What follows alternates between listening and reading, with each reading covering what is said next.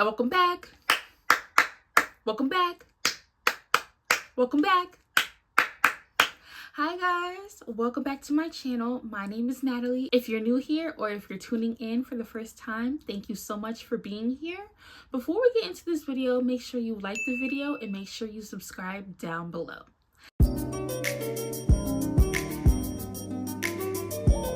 Now in today's video, I am going to be doing my own version of an advice column. And basically, I have a few different topics here, such as dating, money, lifestyle, etc. And I have a few questions that you guys sent in to me along with it. And I am going to be giving you guys my best advice. So let's get right into it. Okay, so the first section I am going to go over is dating and relationships. And if I'm looking over, I have a whole ad, so I'm reading on it. So the first question says, I've been in a situationship for 6 months and I'm exhausted. I'm afraid to bring up exclusivity because I don't want to scare him away. And how do I do it without a huge fight? This is really good. I feel like a lot of girls can relate to this, even guys, if you guys watch my channel. Because you mentioned you are in a situation with him for 6 months, I want you to kind of figure out why that is. It's kind of a long time to just be situationship, to just be friends with benefits. There's a reason you feel afraid to bring it up to him. So I would say unpack that first. But my advice to you is bring it up. Now, it doesn't have to be this big thing where you text him and you're like, we need to talk. It doesn't need to be like that. Just bring it up. Like if you guys are sitting on the couch watching a movie, just bring it up casually. Like, hey, like, you know, in any way you can, I would say just bring it up casually. And I feel like that'll really calm your nerves down. I've never been in a serious relationship and I'm 24. Is something wrong with me? Girl, no. You are just what people call a late bloomer and nothing is wrong with that. You just haven't met the one. But also, I know it's kind of cliche, but what if you haven't met the one because all the other guys or girls in the past would have been the wrong one for you? That's kind of like the story with a lot of late bloomers, is usually you wait so long because the person you do meet ends up being your husband or your wife or whatever. Listen, I believe in God. So maybe God is literally saving you.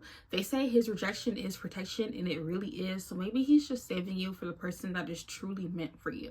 And I know sometimes like people say that, but it really is the truth. I mean, what if he's preventing you so much heartbreak that you don't even know?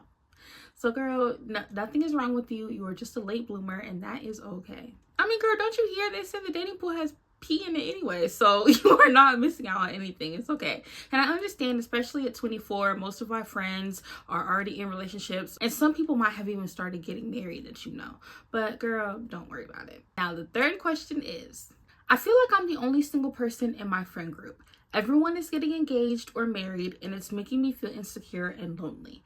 How do I deal with the pressure and comparison?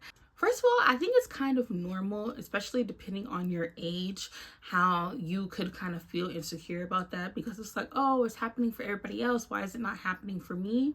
But I think the number one important thing you need to think about is how long these people, your friends, have been together. Sometimes it might be for a short time. Sometimes they might have been together for years on years. So don't really blame yourself because you don't have that.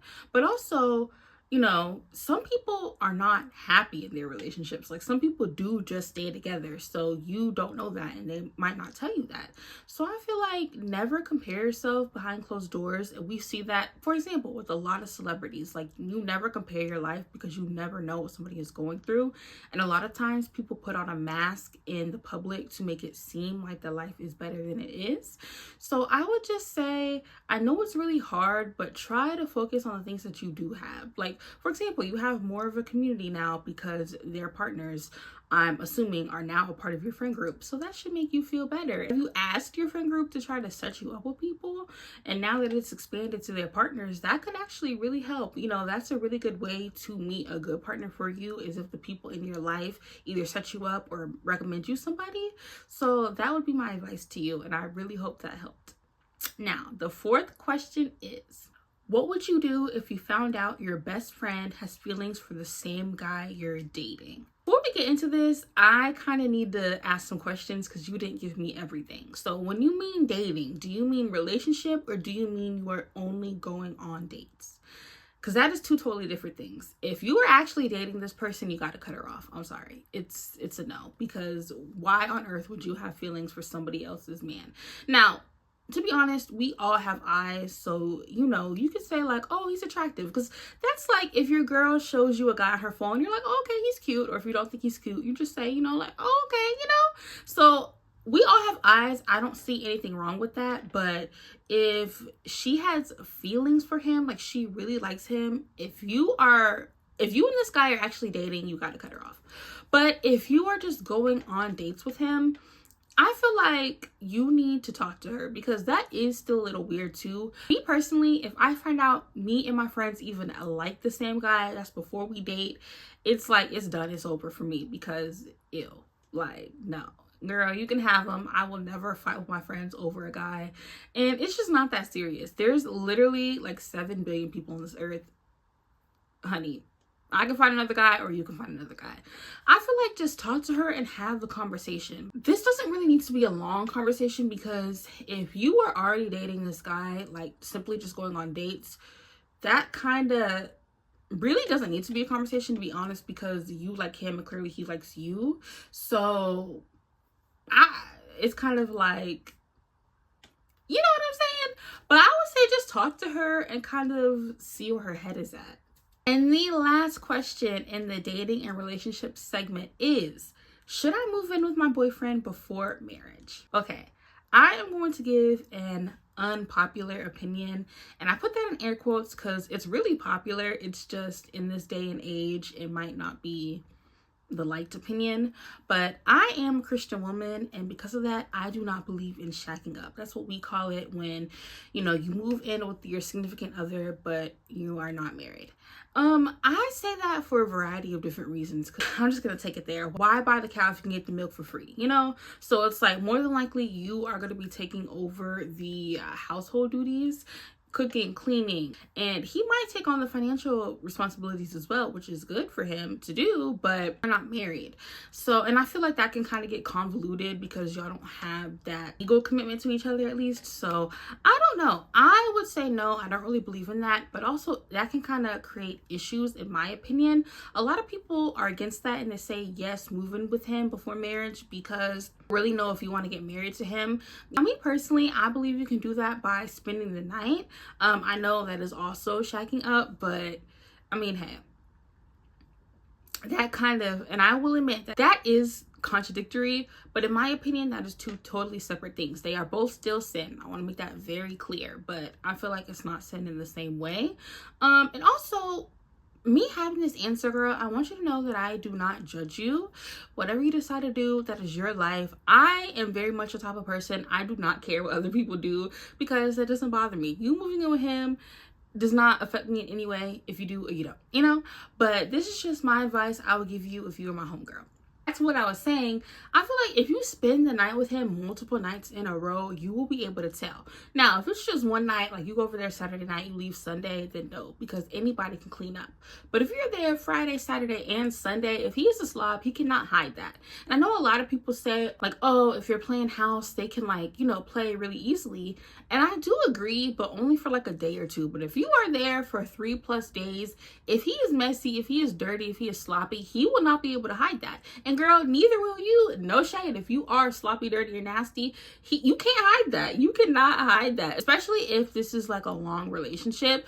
You cannot hide that. So I feel like I do see what people mean when they say you never really know a person till you move in. I have had roommates before, so I definitely get that. But at the same time, you cannot really hide, So I would say no, but girl, there's no judgment. Do whatever you feel like is right in your heart to do. I know times is hard, and I know, especially in this economy, it might be easier to move in and, to handle everything together. You have someone you can depend on. So girl, do whatever you feel like is right for you. Water break. Next segment is career and money. Question number 1 is, I'm a year into my first real job and I hate it.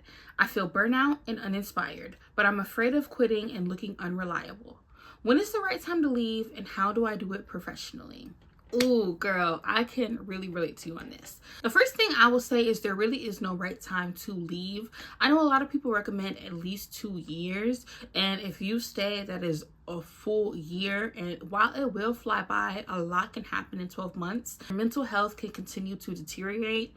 I know you said you're uninspired, you're burnt out, and you hate it. So I don't know, you gotta weigh the pros and cons. Is being there an extra year at minimum worth it to you? You know, do you think you can really tough it out? And if you can, I would say stay. But if you know yourself and you cannot, I would just say go. The good thing about this current generation is that job hopping is really common. And I feel like a lot of jobs, they're kind of starting to get used to it. And if you're in an interview and you can explain why you job hopped, that will really save you and you can still get another job. So do not go in the interview saying, oh my gosh, I hate the job. Like, you know, do not say that. Just say, you know, I'm looking for more opportunities for growth. Whatever you're looking for, kind of tidy it up and make it sound professional and really explain why. And for the most part, that really should not count you out. And honestly, if it does count you out, that is not a place you want to be at, just like you're trying to leave a current place you don't want to be at. And how do you do it professionally? Always give a 2-week notice. That way, if ever need be, you can always use them as a reference and things should go smoothly. Question number 2 is, I hate my 9-to-5 job, but I need the money. How do I balance following my dreams versus stability? Girl, like, are we twins? Because this is what I am currently going through, girl. Like, literally, this is my life right now. And honestly, it is really hard because unless your mama is Kris Jenner and she's a billionaire and all your sisters are billionaires, you cannot just sit on your behind and be creative all day. Kris Jenner was my mom. Do you know, like, how big I feel like I would be? Because I would have the time to really think creatively. I would record videos all day. I would post literally every single day for y'all because I have nothing but space, time, and opportunity, and most importantly, money, which can lead me to resources. I would have a video 7 days a week for you guys, but that's not the case. Most of us do not have Kris Jenner as our mom, obviously. So for us, we either have to just jump out on faith and hope that it works, or some of us, you know, you have to get a job that can fund your dream and save up until you can quit and just go full throttle into your dream. And that's kind of my current dilemma, because I'm like, do I just jump out on faith and just try it, or do I just get another job okay with that can help me fuel and funnel my dreams? And I think I'm gonna go more with the latter, just because I am a type A person and I really do want to jump out on faith. But also in an economy like we have, inflation is so high, groceries are high, housing is high, everything is high. You know, it's not that easy to say, oh, I'm going to do it, because it's not easy to find a job. Now, if this was, you know, a few years ago, I would do it on my own and I would advise you to just hop on faith, girl, go get another job. But that's not the case. So honestly, I would say just get another job and really grind and save up. So hopefully you can quit. You can take 6 months off. You can take a year off to just focus on your dream. But girl, honestly, and I don't want to put fear into your plan or fear into your heart, but I'm just saying you have to think smart, girl. You have to think smart. I'm making less money than my friends and feel embarrassed. What would you do? This is so relatable, especially if you're in your 20s and, you know, some of your friends are really getting into their careers and you might be stagnant, or you might be in a career that you love, but that just doesn't pay that well. I would say have an honest conversation with your friends. What do you guys do? Do y'all go out to dinner all the time? Do y'all want to take trips together? You know, what is it that y'all do as a group that is kind of straining you because you make less? I feel like if these are your real friends, there's no shame in saying, hey, like, I can't afford it. But you don't have to say that. You know, if they mention, hey, let's go do this, you can just say like, hey, I really don't have it like that right now. Or, you know, I'll catch y'all next time. If you feel kind of ashamed to even say that, just say, you know, hey, I'll catch you next time. It's gonna be sad for you, but you're gonna have to miss out on some things, honestly. And I feel like if they are your real friends, for one, they will understand, but also for two, sometimes they will pay for you.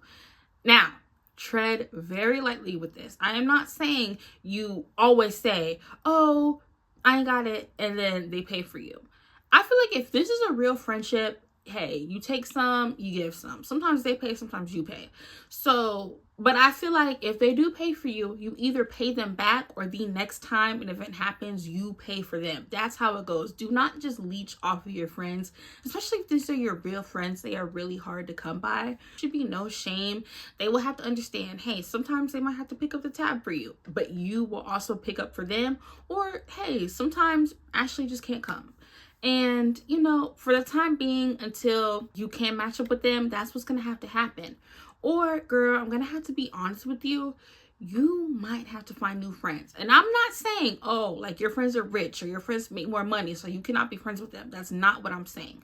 But I have heard from the perspective of friends who do make significantly more. Like, for example, if your friend makes $100,000 a year and you make $50,000 a year, that's still good money, but she's able to do a lot more just because she makes $50,000 more than you do. For her perspective, I've heard a lot of girls say, sometimes I've had to make new friends that, you know, are in my tax brackets. For example, you might want to go to Cabo at $50,000, but your friend might want to go to Greece at $100,000, and maybe you just can't afford that.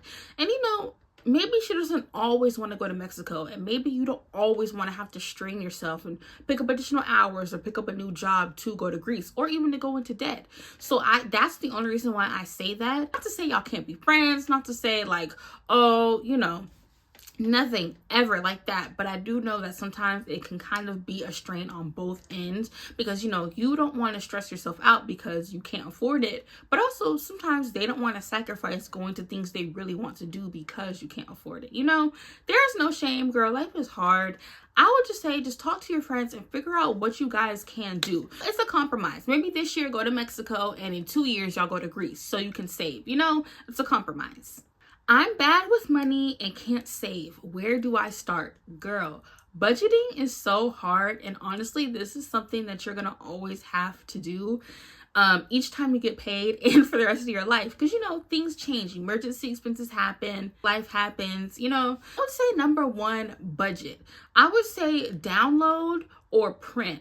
I would really say print, but you know, if you don't really care to have things in your hand, you're fine with doing it online. I would say download every single bank statement you have. This is number one. So from every single bank and from every single thing you own. So if that's credit cards, your debit card, just your checking account, your savings account, I would say go in and download your statements for the past 6 months to the past year, and you're going to go through every single month, and you're going to write down, or you're going to put it into an Excel spreadsheet, everything you spend your money on, and you're going to break it down: rent, utilities, entertainment, groceries, you know, miscellaneous things. And you're going to see exactly how much money you spend and how long you have spent it. I would say really focus over the course of however long you do, 6 months to a year, but also focus really in the past month. So we are now in September. Okay, in August, what did I spend the majority of my money on? And in 2024, what did I spend the majority of my money on? And you go in, because you might not know. Like, if you go to Starbucks every morning, you're like, oh, this is $7 a day. It's not that big of a deal. But over the whole year, girl, you could have spent $1,000 at Starbucks. And I'm not one of those like save your Starbucks. Like $5, $7 is not going to make you a millionaire. But you could cut down on that and only spend $500 and keep that other $500 for something else, girl. Now $1,000 is a little wild, but I mean, hey, everybody has their vices too, so I'm not saying you can never drink Starbucks again. But I am saying just go in and see, what do you really spend money on? Because you might not know. You know, you might be spending money frivolously, or even if you are frugal, you might not know certain things about yourself until you really look. Because it's one thing if you keep a mental tracker, like, oh, okay, I spent this, whatever. But when you really go in and look, you will see like, wow, this is how it is. So I would say do that. And then the next thing, go on Google and just look up free templates, and either go to a website or just go to Google Images and keep track from it there. Have a pen and paper, get a checkbook. You need to track exactly what comes in and exactly what goes out. It's a lot easier now because we are in the digital age, so you can just use your statements. That's why I told you to download them. Start with that first. But I need you to do that and then create a budget from there. See what you actually can afford. Another good idea is you can input all this information into ChatGPT. Do not drag and drop your statements into there. That's not what I said to do. Once you have your categories, say rent 2,000, groceries 500, once you have all that, input all of that into ChatGPT and ask it to do a few things for you. Ask it to tell you, what do you spend the most money on, how you can budget, how you can save in certain areas, how you can splurge in certain areas if you want, but also ask it to make you a pie chart or a bar graph so you can visually see exactly where your money is. I feel like this helps a lot of people because in a graph, it can show you like 90% of your income goes to rent. I didn't know 90% of my income went to rent. Girl, budgeting is a struggle for all of us, but you will get there. And I really hope those tips helped. And then the last question in this segment is, I'm not sure if I should go back to school to get my master's degree. It's a huge financial commitment, but I feel stuck in my current role. How do I decide if it's the right move for my career? A few things I want to point out is I'm glad you're kind of already in your career before you decide to go back to school. A lot of people suggest that whether you want to get a PhD or your doctorate degree, a lot of people recommend that you get into your career field first before you decide you want to pursue more education. And that is because it is a huge financial risk. And you want to make sure that that risk is going to pay off by going back to school. Most of the time, if you do pursue higher education, you're gonna get a higher salary increase anyways. That's really the good benefit of going back to school, but it is not 100% a guarantee. It's more of a guarantee, but not 100%. So I really love that you did that. And to be honest, I would say depending on what you want to go into and depending on what you want to do, that will kind of really answer it for you. Look at your options. How much more will I make if I switch into something? For example, AI. AI is big now. It's really booming. If you switch, or even if you just go up another level, a junior versus a senior or whatever, see how much more you can grow. And you can do this by going on sites like Glassdoor and just seeing, you put in your state and your job title or the job title that you want, and it'll tell you average of how much people are making in your state. And I feel like that will kind of help you decide if it's significant and if it makes sense for going back to school. I would say go back. Another good thing is if you like your company, a lot of companies offer tuition reimbursement or they pay for you to go to school. However, the reason I said if you like your company is because a lot of times if they do that, you have to sign a contract to either you pay that money back if you quit, or you have to work at the job a certain amount of years before you move on somewhere else. Basically, you're paying that money back to them, either by your time, you're staying an extra 2-3 years, or they give you this money, but if you decide to move on to another job, you have to pay them back $10,000 or whatever, So if you really like your company, I say that's worth it because, hey, it's a 2-for-1. You really like your company and they're paying for you to go back to school, but that is all up for you to decide. And I really hope it works out for you, girl. Personal growth is the next segment. So the first question is, I feel like I outgrew my friend group, but I don't want to be alone.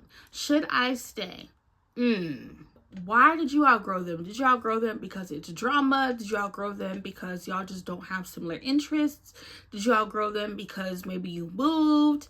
Why did you outgrow them? And I feel like that can answer. Now, if it was naturally like you moved, you're in a new state, a new city, or y'all just don't have the same interests because you're older now and these are like older friendships, like maybe these are your friendships since high school or college and now you're in your 30s, I would say answer that first. Now, if it's drama, no, do not stay. But if it's something more natural, I feel like maybe have a conversation. I feel like a lot of times if we just talk things out can really solve a lot of our issues. So I feel like just talk to your friends and see, ask them hey, I feel like we're kind of separating a little bit. Do you feel that? And most likely they feel exactly how you feel. They might just be scared to bring it up, or honestly, they might not want to bring it up. But if you bring it up and have that conversation, you will see and you can guide where that's going. We're gonna work it out, or are we just gonna decide to go our separate ways?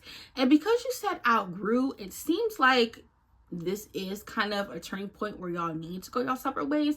And it can just be, it doesn't have to be this big blowout. It doesn't have to be this big thing. And y'all can always reconnect. It just means y'all are different and nothing is wrong with that. Now, I know it is hard to outgrow friends, but it really is just a natural progression of life. So I really hope it works out for you. I have a friend who is constantly negative and always brings up old drama. I love her, but spending time with her drains all my energy. How do I set boundaries or even end a friendship that's not healthy for me anymore? Ooh. Okay, a few questions. When you say old drama, is that between you guys or is that just old drama in her life? Like her and her man or her and her family or something like that? Because I feel like that's really different. Now, if it's her and like her drama, nothing to do with you, I feel like just have that conversation, you know? Say, you know, hey girl, you constantly bring it up. It's old. It's really draining to me. Can we talk about other things? You know, bring it up in a kind of way to her. She might not realize how much she's, you know, bringing it up around you, but also she might not realize it's draining you. So I feel like definitely bring that up and set that boundary. But if it's drama between you guys, what happened, and also how long ago did it happen? Was it like a big blowout between you guys that just happened? If that's the case, then honestly, girl, because if it's fresh, that makes sense why she's bringing it up all the time. But if this is like some old, like this happened between y'all like months, years ago, then I would say have the conversation with her, but have a strong boundary. Like, girl, I've talked about it. We've talked about it. I apologize. You apologize. It's over. It's done. We've moved on. And if she cannot seem to move on from either one, I would say you will have to let her go, but have that conversation first. Because I feel like a lot of times people either don't realize what they're doing or they do realize it, but they don't understand how much it affects you until you bring it up. A lot of times people are not mind readers, so they might not know. And also, if she does know, I mean, clearly she's bringing it up because to her it doesn't bother her, but you know, she might not know how much it bothers you, even though it might be like a thorn in your side, you know, a very sensitive topic. So I just say have the conversation and go from there. Either put in a light boundary, either put in a hard boundary, and go from there. If she disrespects that boundary again, let her go. But I feel like you're writing it in because you really still love and care about her. So I feel like just give her a chance and go from there. How do I deal with comparison when I see other girls doing better than me on social media? Oh my gosh, I have a whole video coming out about this, so stay tuned. But I would say, for one, who are these girls? Are these girls you know personally? Are these influencers?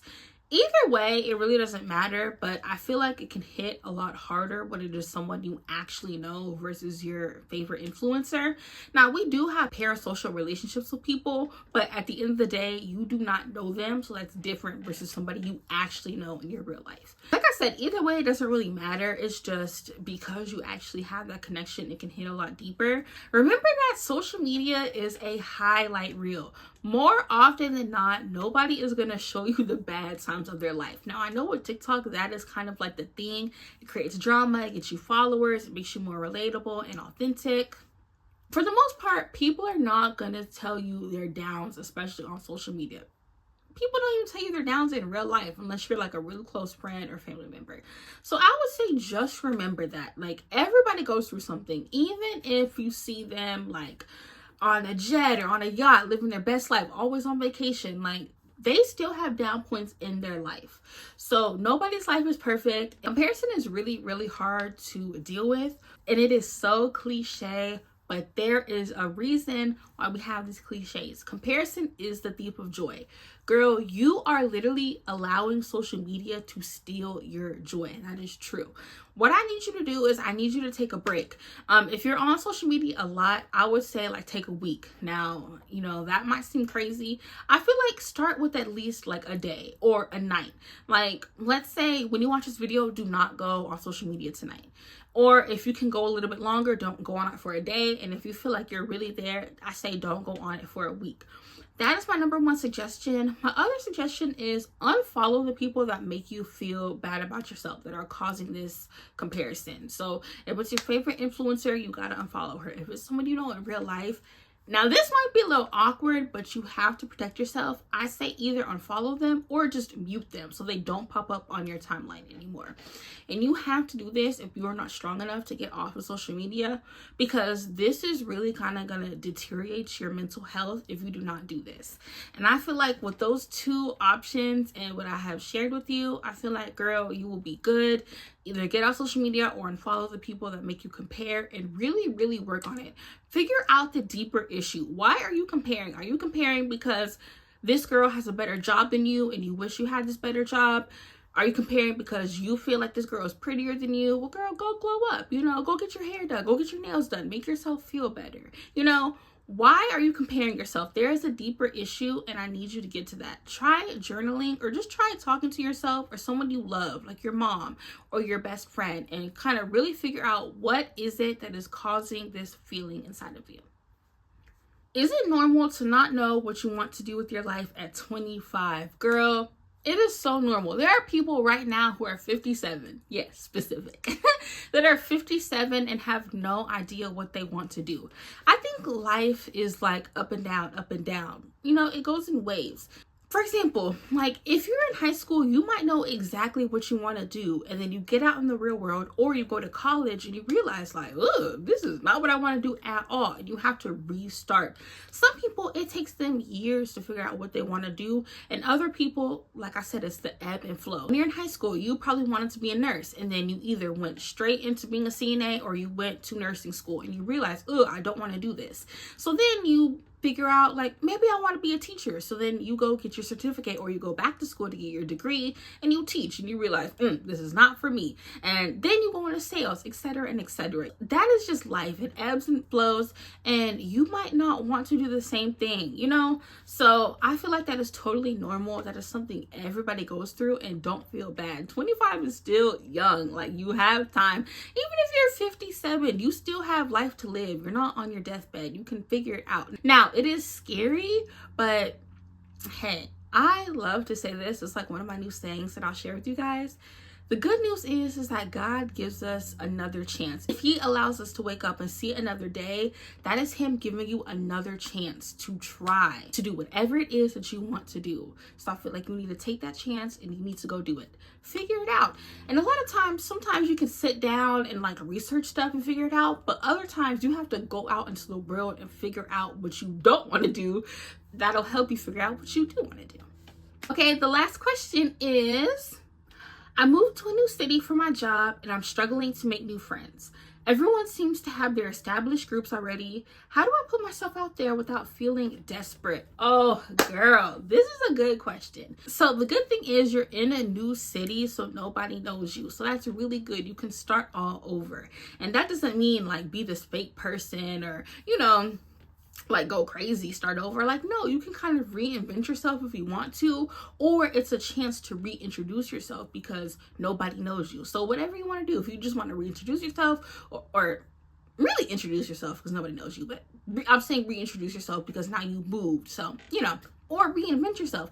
That choice is up to you. You need to go out and do things. This is how you're going to meet people. So either go to a park, or go to a dance class, or go to a restaurant and kind of break the ice. Say something. Now, don't, linger too long. Start with small talk and see where it goes. Like if you're at the bar, you can say, oh, hey girl, I love your outfit, to break the ice. And naturally, if the vibes are there, a conversation is gonna start, and y'all can slowly build a friendship. I feel like the key to you saying without feeling desperate, don't come on too strong. I feel like that energy can really intimidate a lot of people, and it can make you look desperate. So that's why I say slowly do it, because you want genuine connections. You're rebuilding your community. You're somewhere new where you might or might not have friends or family, but you're looking to make new ones. So I really hope it works out for you, girl. Let me know. And the last segment is lifestyle. So let's get into these questions. So the first one is, I want to move out on my own, but I'm scared I can't afford it. What would you do? Girl, if you are already living somewhere with a roommate, or you are living with your parents, honestly, you're not going to want to hear it, but stay home and stack. I know, I told you weren't going to want to hear it, but girl, it is so much smarter to stay home and stack your money versus just moving and you're stressed out. And now you have to get 2 and 3 jobs just to pay rent. And that's not including all the other bills. See, a lot of people think it's just rent, and rent is high, especially depending on your city. But it's rent. It's the utilities, meaning gas and electricity and Wi-Fi and things of that nature. Then you got to think of groceries, and then you got to think of going out. Now you want to go out maybe once or twice, a week, a month, whatever you can afford. And then it's just all these other costs associated with that. So if you are not ready, please do not move out. Now I know everybody's situation is different and people are different too. Some people know, like, I'm gonna make a way, whatever it is. If I have to work 5 jobs, I don't care. If that is you, hey, I say do it. But if you kind of don't want to work a million jobs, or you just kind of, that's not for you, you're more of a planner, I would say stack as much as you can. The recommended that Google says is $10,000. Now, for some, that might seem impossible. But also, if that's like a little too much for you, maybe you don't make that much money, or you're maybe like, I'll be here the rest of my life, you know, if I got to save that much. I would say at least move with your moving expenses. That's going to be a couple thousand just to move. Have at least 3 months worth of rent saved up and some money for like groceries. So I would say if you can't do 10,000, maybe like $4,000 or $5,000. I don't think it's smart to move with less than, I would say 4. I don't think it's smart to move with less than $4,000 because that will at least get you some time. There's a few months of rent. You don't really have to stress too much. You know, still get a job, but you don't have to stress and hit the streets and, you know, hustle. And that should be enough to kind of keep you on your feet for a while until you can get settled in. Whether you have a job or not, you know, there is an adjustment period. I'm 23 and still live at home with my parents. Should I be embarrassed? Girl, no. If you are in a safe environment, your household is safe, your parents have welcomed you back with open arms, and they are allowing you to stay, stay. A lot of people in life do not have that. So if you have that, you are so privileged, and just stay. There's nothing to be embarrassed about. Especially at 23, you've only been working for a few years, or you just graduated college. Like, girl, what money do you have? For the most part. Girl, do not be embarrassed. That is normal. That is a privilege. Stay home, stay with your parents, and just stack your money. Should I prioritize traveling in my 20s or saving for my future? Ooh, I'm going to say the best of both worlds. I'm going to say both. But if you have to choose just one, I'm going to be irresponsible and I'm going to say traveling. I'm sorry, because that's what I'm doing. I'm sorry. I'm one of those people who I don't want to wait until I'm 75. I don't know the retirement age, but I don't want to wait till I'm 75 to go and live my life. First of all, you can't do the things that you want to do. At 75, you can't cliff dive. You can't skydive. Like, your bones are hurting. You're aching. You can't do stuff like that because it's not the same experience. Like, yes, at 75, you're retired, but you don't have your youth. And that is important because you can't do the same things. I mean, if you are in good health, you are still able to do these things, but the quality of it is not the same because you are not young anymore, you know? So that's the reason I say prioritize it. Now, I did not say go into debt. If you save up for these trips, go. But if this has to be on a credit card, girl, goodbye. The door. The door. The door. Get out of my face. Like, girl, come on. Do not go into debt. Now, that is stupid. But if you are saving up, I feel like still save, but maybe put more money towards your trip versus your savings. That's really irresponsible. But to be honest, I think traveling is so important. It gives you a whole new worldview. It really opens up your mind. And traveling is so good for the soul. But also, I love to travel. Maybe that's not for you. Maybe you love to see the money in your account grow. Do whatever makes the most sense to you. But my advice is to travel because that is what I do. What's the number one habit you'd build if you could start over again? Ugh. Working out. Now, my entire life, I have always been an active person. I love exercising, but sometimes it is hard to. I am one of those people where I have to work out consistently. If I do not work out consistently and I fall off, my whole entire routine will be thrown off and I won't go. And then I have to restart. So staying consistent is really it for me. If I could start over and rebuild a habit, I would say working out, because the older you get, it's going to be harder for you to lose weight because the weight sticks. And it's just so much easier if you build that habit of discipline and just working out, because that's really what working out is. And it's discipline. Are you disciplined to go to the gym every day, to do cardio, to weight lift, to, you know, do Pilates, whatever it is that you do? Are you disciplined to do this every day or 3 times a week, or, you know, however often you exercise? I would recommend 3 times a week minimum. Do you have that? I feel like the hardest part is starting, but once you get there, you know, you're good. At least that's how it is for me. But that is definitely the habit that I would build, because I was really active in high school, and then after high school I kind of fell off, and I have my stints here and there. Like now I am really back. I am working out. I am on my Pilates stuff. I've already worked out 4 times this week, and this week's not even over yet. That is the habit that I would build if I had to start over again. And the last question of this video is, how do I stop procrastinating and actually build discipline? This is kind of going into what I was just talking about with exercising, but girl, get rid of motivation. Motivation is so fleeing. Like, yes, you can be inspired and motivated today, but then tomorrow, you know, that's gone. And maybe the same thing won't inspire you or won't motivate you. Really, discipline is what it is. That is what's really going to get you through whatever it is, the discipline to see it through. And honestly, to stop procrastinating, you just have to do it.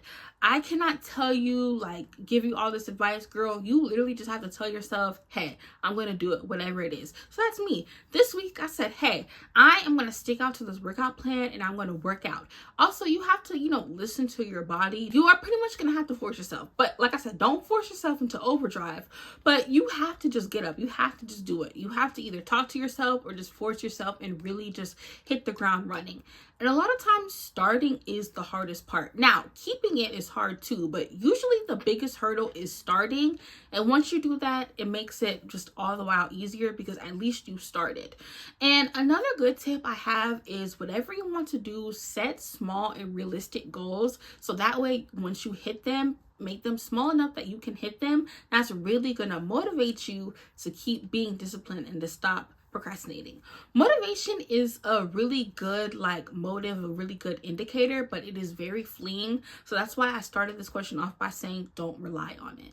Okay guys, that is all the advice that I have. I really enjoyed doing this video, so if you enjoyed watching it, please give this video a like and leave down below in the comments some questions that you have or some advice that you have to all these people that sent in these questions. I want to really keep doing this. I feel like that was so fun and we really covered a myriad of really good topics. Let me know if you guys want me to do more of these, and thank you so much for watching this video, and I will see you guys next time. Bye guys.